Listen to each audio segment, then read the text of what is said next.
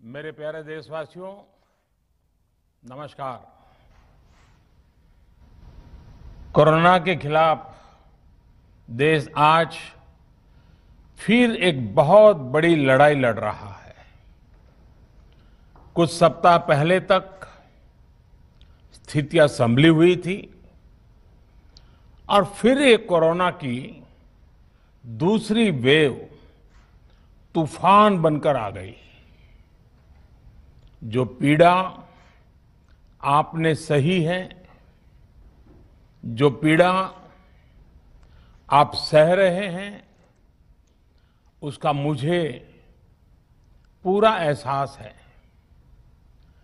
जिन लोगों ने बीते दिनों में अपनों को खोया है, मैं सभी देशवासियों की तरफ से उनके प्रति संवेदनाएं व्यक्त करता हूं।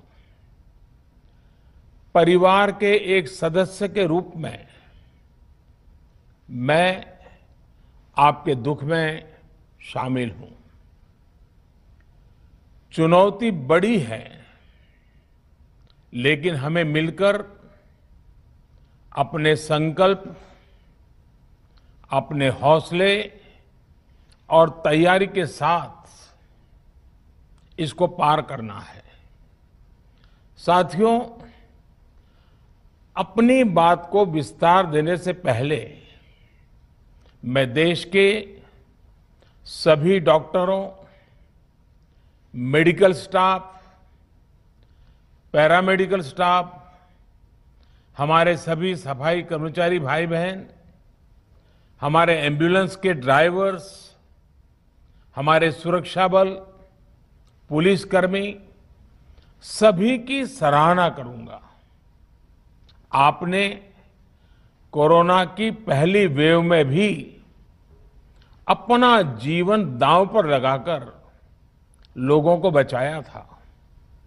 आज आप फिर इस संकट में अपने परिवार, अपने सुख, अपनी चिंता छोड़कर दूसरों का जीवन बचाने में दिन रात जुटे हुए हैं।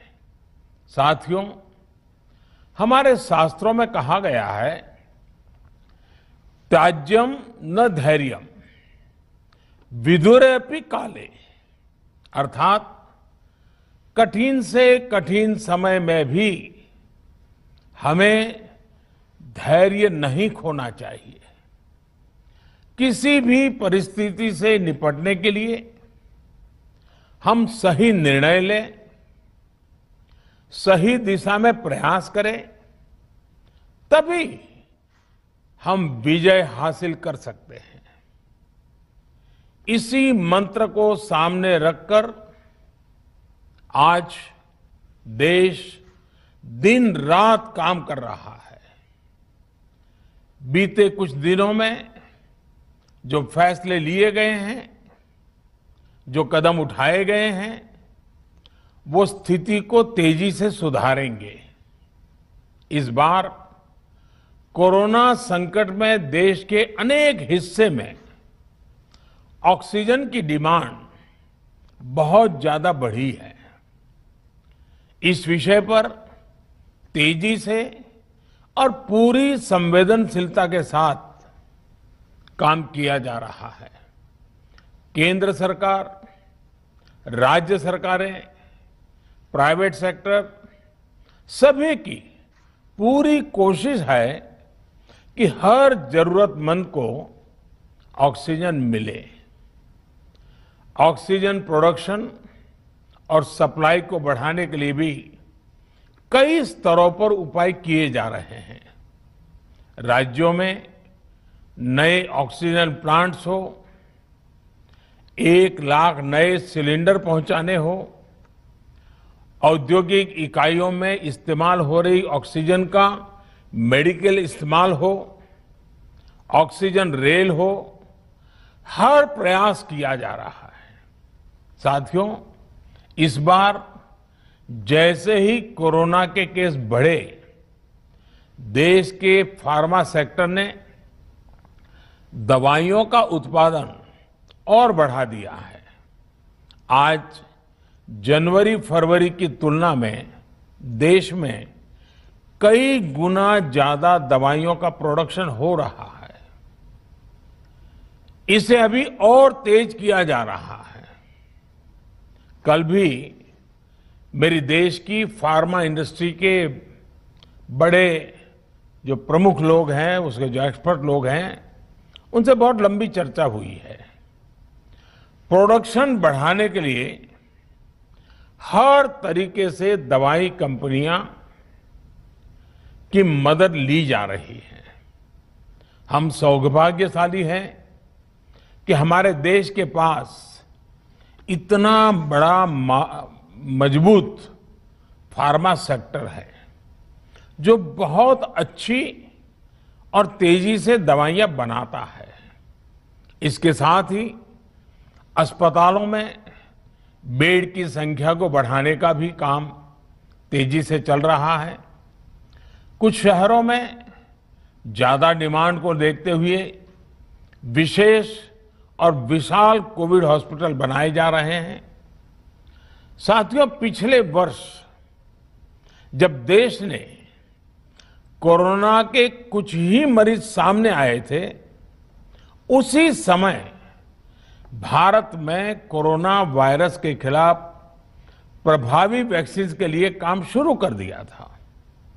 हमारे वैज्ञानिकों ने दिन रात एक करके बहुत कम समय में देशवासियों के लिए वैक्सीन विकसित की है। आज दुनिया की सबसे सस्ती वैक्सीन भारत में है। भारत की कोल्ड चेन व्यवस्था के अनुकूल वैक्सीन हमारे पास है।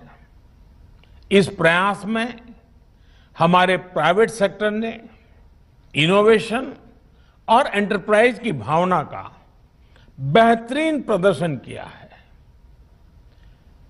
वैक्सीन की अप्रूवल्स और रेगुलेटरी प्रोसेसेस को फास्ट ट्रैक पर रखने के साथ ही सभी साइंटिफिक और रेगुलेटरी मदद को बढ़ाया गया है। यह एक टीम एफर्ट है जिसके कारण हमारा Bharat 2 made in India vaccine के साथ दुनिया का सबसे बड़ा टीकाकरण अभियान शुरू कर पाया। टीकाकरण के पहले चरण से ही गति के साथ ही इस बात पर जोर दिया गया कि ज्यादा से ज्यादा क्षेत्रों तक, जरूरतमंद लोगों तक वैक्सीन पहुंचे। दुनिया में सबसे तेजी से भारत में पहले 10 करोड़, फिर 11 करोड़ और अब 12 करोड़ वैक्सीन डोज दिए गए हैं। आज कोरोना से इस लड़ाई में हमें हौसला मिलता है कि हमारे health care workers, frontline corona warriors और सीनियर सिटीजन्स के एक बड़े हिस्से को वैक्सीन का लाभ मिल चुका है। साथियों, कल ही वैक्सीन को लेकर हुए एक और अहम फैसला भी हमने किया है। 1 मई के बाद से 18 वर्ष के ऊपर के किसी भी व्यक्ति को वैक्सीनेट किया जा सकेगा। अब भारत में जो वैक्सीन बनेगी उसका आधा हिस्सा सीधे राज्यों और अस्पतालों को भी मिलेगा। इस बीच गरीबों, बुजुर्गों, निम्न मध्यम वर्ग के लोग, 45 वर्ष की आयु के ऊपर के व्यक्तियों के लिए केंद्र सरकार का जो वैक्सीन कार्यक्रम चल रहा है वो भी उतनी ही तेजी से जारी रहेगा। पहले की तरह ही सरकारी अस्पतालों में मुफ्त वैक्सीन मिलती रहेगी, जिसका फायदा, जैसा मैंने कहा, हमारे गरीब परिवार हो, हमारे मध्यम वर्ग, निम्न मध्यम वर्ग के परिवार हो, वो उनका लाभ उठा सकेंगे। साथियों, हम सभी का प्रयास जीवन बचाने के लिए है, और जीवन बचाने के लिए तो है ही। प्रयास से भी ये है कि आर्थिक गतिविधियां और आजीविका कम से कम प्रभावित हो। प्रयास का तरीका यही रखा जाए। वैक्सीनेशन को 18 वर्ष की आयु के ऊपर के लोगों के लिए ओपन करने से शहरों में जो हमारे वर्कफोर्स है उसे तेजी से वैक्सीन उपलब्ध होगी। राज्यों और केंद्र सरकार के प्रयासों से श्रमिकों को भी तेजी से वैक्सीन मिले लगेगी। मेरा राज्य प्रशासन से आग्रह है कि वो श्रमिकों का भरोसा जगाए रखे। उनसे आग्रह करें कि वो जहां है वहीं रहे। राज्यों द्वारा दिया गया ये भरोसा उनकी बहुत मदद करेगा कि वो जिस शहर में हैं वहीं पर अगले कुछ दिनों में वैक्सीन भी लगेगी और उनका काम भी बंद नहीं होगा। साथियों, पिछली बार जो परिस्थितियां थी वो अभी से काफी भिन्न थी। तब हमारे पास इस वैश्विक महामारी से लड़ने के लिए कोरोना स्पेसिफिक मेडिकल इंफ्रास्ट्रक्चर नहीं था। आप याद करिए देश की क्या स्थिति थी।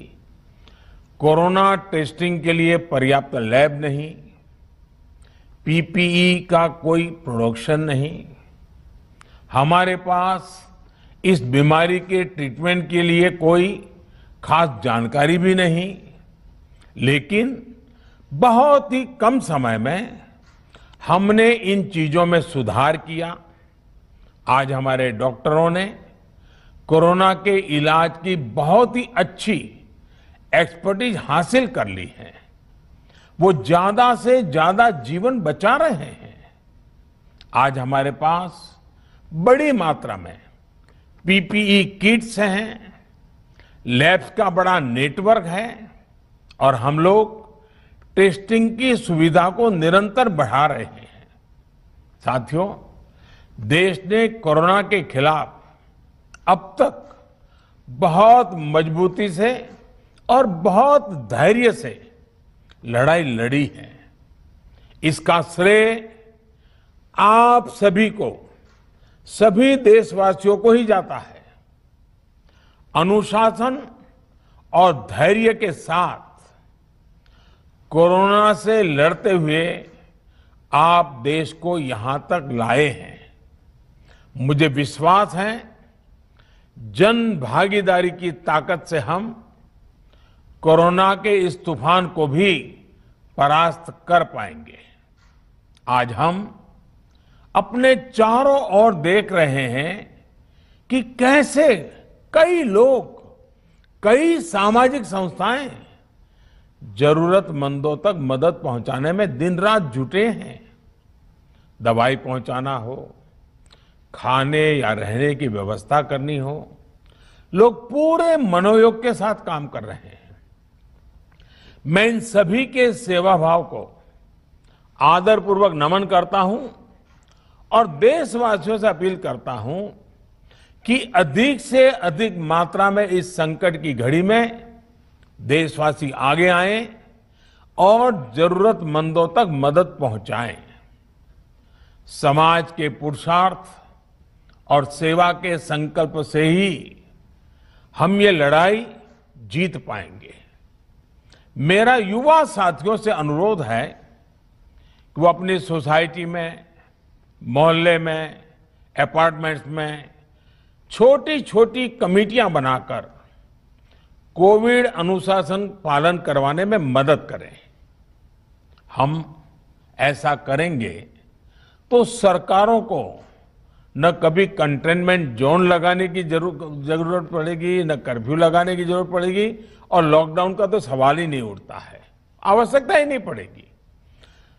स्वच्छता अभियान के समय देश में जागरूकता फैलाने के लिए मेरे बाल मित्रों ने बहुत मदद की थी। छोटे छोटे बालक, 5वीं, 7वीं, 8वीं, 10वीं में पढ़ने वाले, उन्होंने घर के लोगों को समझाया था, मनाया था। उन्होंने बड़ों को भी स्वच्छता का संदेश दिया था।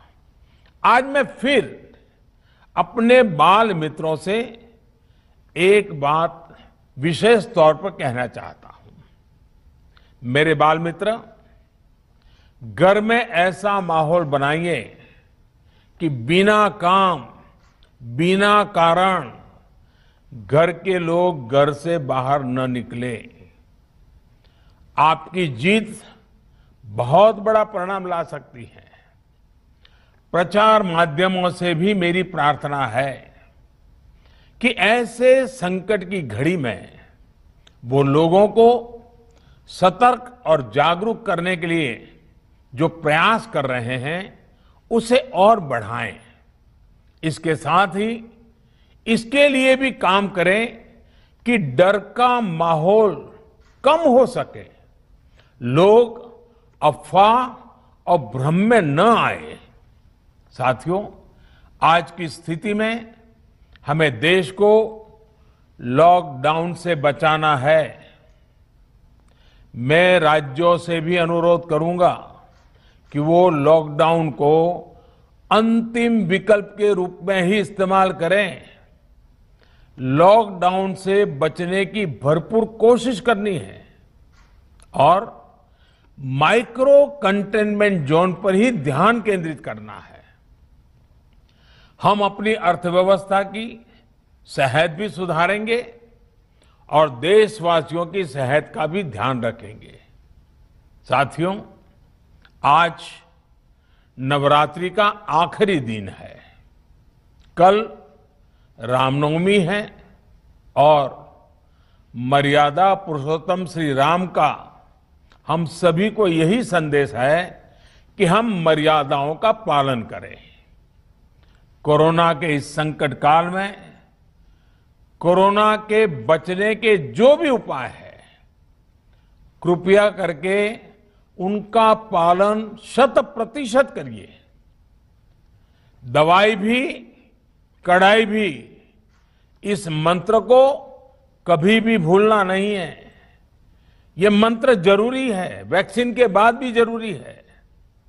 रमजान के पवित्र महीने का भी आज 7वां दिन है। रमजान हमें धैर्य, आत्मसंयम और अनुशासन की सीख देता है।